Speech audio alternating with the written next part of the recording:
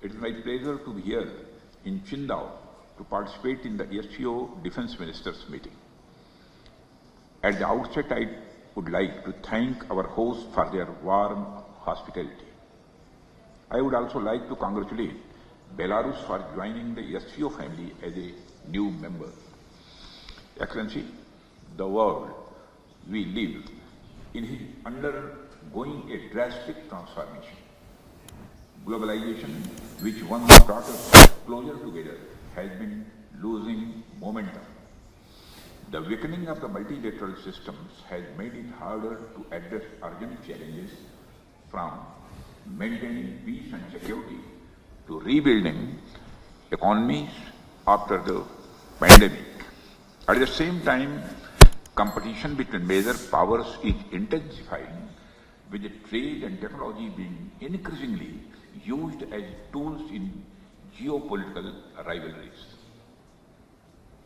Excellency, India believes that the reformed multilateralism can help build cooperation to prevent conflict between countries by creating mechanisms for dialogue and collaboration. No country, however, large and powerful, can manage alone.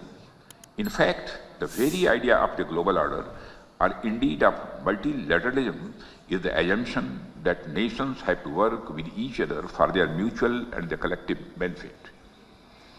This is also reflective of our age-old Sanskrit saying, Shrem Sarva Jana Sukhino Bhavantu, which implies peace and prosperity to all. Excellencies, it is in the context of the current uncertain geopolitical scenarios that the role of SCO becomes very important today. SCO member countries contribute around 30% of the global GDP, while about 40% of the world's population resides in them. We therefore have a collective stake to create a safe, secure and stable region that can contribute towards progress and improvement of our people's lives. Excellency, I believe that the biggest challenges that we are facing in our region are related to peace, security and trust deficit. And the root cause of these problems is increasing radicalization, extremism and terrorism. Excellency, peace and prosperity cannot coexist with terrorism and the proliferation of weapons of the mass destruction in the hands of the non-state actors and the terror groups. Dealing with these challenges require decisive action, and we must unite in our fight against these evils for our collective safety and security. It is imperative that those who sponsor, nurture and utilize terrorism for their narrow and selfish ends must bear the consequences. Some countries use cross-border terrorism as an instrument of policy and provide shelter to terrorists. There should be no place for such double standards. SCO should not hesitate to criticize such nations. India's zero tolerance for terrorism is manifest today through its actions. This includes our right to defend ourselves against terrorism. And we have shown that epicenters of terrorism are no longer safe, and we will not hesitate to target them. We should also take proactive steps to prevent the spread of the radicalization among our youth. The RADS mechanism of SCO has played a significant role in this regard. The joint statement of the Council of SCO heads of state on countering radicalization leading to terrorism, separatism and extremism, issued during India's chairmanship, symbolizes our shared commitment. Excellency, we should seek to counter the technology used by terrorists, including drones, for cross-border smuggling of weapons and drugs. In our interconnected world, traditional borders are no longer the sole barriers against threats, and instead we face an intricate web of challenges that range from transnational terrorism and cyber attacks to hybrid warfare. These threats do not respect national boundaries, and they demand a unified response rooted in transparency, mutual trust, and collaboration. India reaffirms its resolve to fight terrorism in all its forms and manifestations. On 22nd April 2025, the terror group, the Resistance Front, carried out a dastardly and a heinous attack on the innocent tourists in Pahalgam, in the Indian state of the Jammu and Kashmir. 26 innocent civilians, including a Nepali national, were killed. Victims were shot after they were profiled based on the religious identity. The Resistance Front, which is a proxy of UN-designated terror group Lashkar-e-Taiba, claimed responsibility for the attack. The pattern of the Pahalgam terror attack matches with LET's previous terror attacks in India. In exercising its right to defend against terrorism and preempt as well as deter further cross-border terrorist attacks, India on 7th May 2025 successfully launched Operation Sindoor to dismantle cross-border terrorist infrastructure.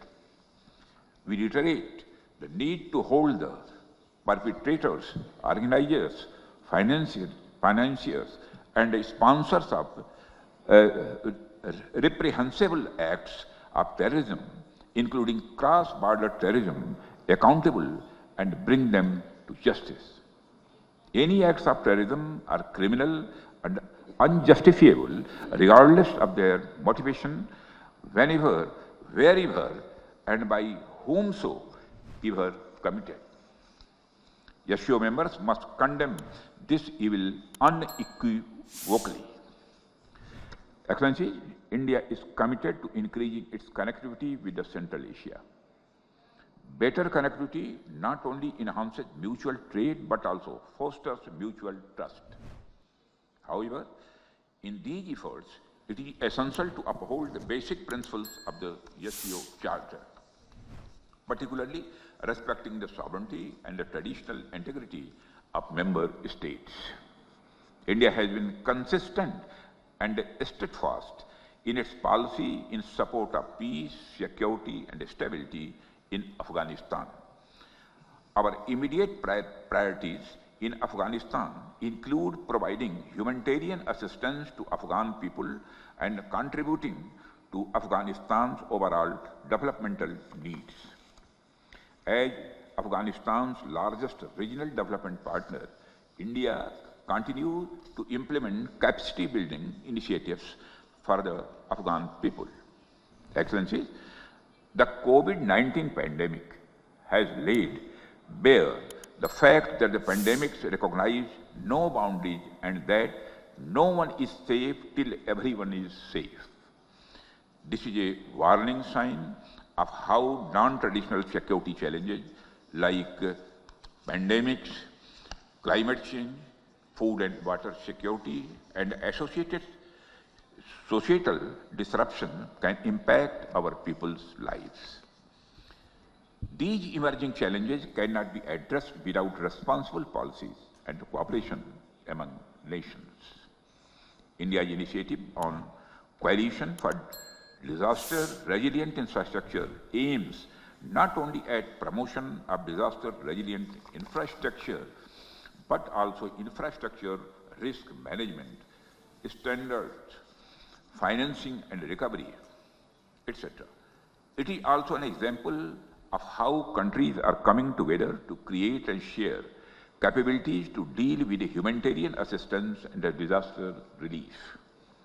We have affirmed this intent through our policy through the acronym SAGAR, which implies security and growth for all in the region, and India's expanded vision Mahasagar, meaning mutual and holistic advancement for security and growth across regions. Security and stability are most essential components to create a conducive environment for growth and economic development of the region. India has sought to build consensus on dealing with global challenges on the basis of motto One Earth, One Family, One Future, which is founded on our civilizational ethos of Vasudhaiva Kutumbakam. The world is one family. Mutual understanding and mutual benefit must be our guiding principles. Excellency, India supports greater cooperation and mutual trust among SCO members.